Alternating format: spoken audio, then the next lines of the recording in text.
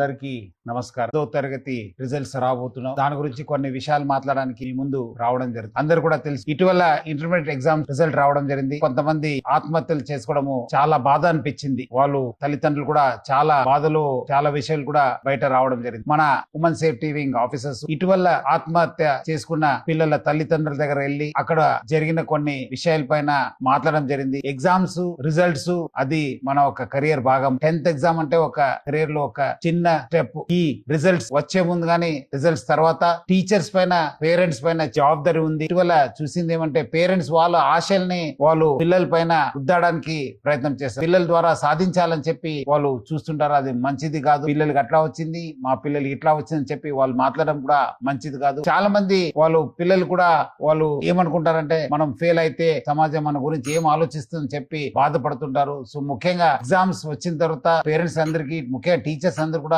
ఎవరెవరు ఇలాంటి తక్కువ మార్క్స్ వచ్చిన పిల్లలతో చాలా టైం గడపాలి. పేరెంట్స్ వాళ్ళతో ఉండాలి, వాళ్ళకు ధైర్యం నింపాలి, అట్లానే వాళ్ళకు తెలియపరచాలి. ఎగ్జామ్స్ అనేది ఒక చిన్న స్టెప్. రెట్టింపు ఉత్సాహంతో రాసి ఇంకా ఎక్కువ మార్క్స్ తీసుకోవడానికి ఒక మంచి అవకాశం అని చెప్పి పాజిటివ్ ఫీలింగ్ తీసుకోవడానికి వాళ్ళు ప్రయత్నం చేయాలి. ఈ అనాలిసిస్ లో బయటపడింది ఏమంటే ఇలాంటి పిల్లలు కొంతము సింగల్ గా ఉండడము, మౌనంగా ఉండడము, గదిలో ఉండడము, లేదంటే అన్నం తక్కువ తినడము, లేదంటే లైఫ్ లో ఏదో పెద్ద కోల్పోయినట్లు వాళ్ళ ఒక బిహేవియర్ ఉంటుంది. దాన్ని పేరెంట్స్, టీచర్స్ గమనించాలి. కొంచెము ప్రోత్సహించే విధంగా వాళ్ళతో ఎక్కువ మాట్లాడడం. కానీ పేరెంట్స్ చాలా మంది ఇప్పుడు ఫాదర్ కూడా బయట పోతారు, మదర్ కూడా బయట పోతారు, పిల్లలు ఒకరే అయిపోతారు. అలాంటి సమయం కూడా ఈ ఆత్మహత్య చేసుకోవడము మనము గమనించాను. మీరు ఈ టైంలో వాళ్ళతో ఎక్కువ టైం స్పెండ్ చేయండి. అవసరమైతే మీరు లీవ్ పెట్టి పిల్లలతో టైం గడపండి. టీచర్స్ పైన కూడా చాలా ఒక పెద్ద రెస్పాన్సిబిలిటీ ఉంది. మార్క్స్ వచ్చిన వాళ్ళు 100 out of 100 వచ్చిన వాళ్ళతో టైం గడపకుండా మీరు ఇలాంటి మార్క్స్ వచ్చిన పిల్లలతో ఎక్కువ టైం గడపండి. వాళ్ళతో ఫోన్ లో మాట్లాడండి, లేదంటే పిలిపించి మాట్లాడండి, లేదంటే ఇలాంటి 4-5 పిల్లలతో కలిసి ఎంకరేజ్మెంట్ అయ్యే విధంగా మాట్లాడండి. కానీ వాళ్ళని ఒంటరిగా వదలొద్దు. ఎందుకంటే దీని వల్లనే వాళ్ళకి రకరకాల ఆలోచన రావడము, సమాజం గురించి, కెరియర్ గురించి చాలా ఏదో పెద్ద కోల్పోయినట్లు వాళ్ళు చేస్తుంటారు. ఎందుకంటే విద్యార్థులు ఎటువంటి పరిస్థితుల్లో ఆత్మహత్య లేని ప్రపంచాన్ని, సమాజాన్ని మనం నిర్మించాల్సిన బాధ్యత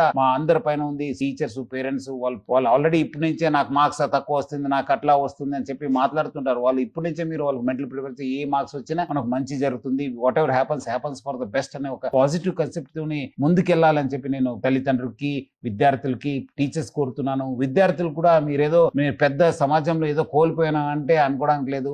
సో 10th మనం అందరూ ఎక్కువ చదువుకునే వాళ్ళందరూ కూడా సక్సెస్ఫుల్ కాలేదు. చాలా మంది తక్కువ చదువుకునే వాళ్ళు కూడా చాలా సక్సెస్ఫుల్ అయిన ఎగ్జాంపుల్ చాలా ఉన్నాం. సో మీరందరూ కూడా ధైర్యంగా ఉండి, అట్లానే మీరందరూ కూడా ఈ ఒక వచ్చే రిజల్ట్ అందరూ పాస్ కావాలి, మీకు అందరూ కూడా ఉజ్వల భవిష్యత్తు ఉండాలని చెప్పి నా తరఫు నుంచి హైదరాబాద్ సిటీ పోలీస్ తరఫు కూడా అందరు కూడా కోరుతూ ఆల్ ది బెస్ట్.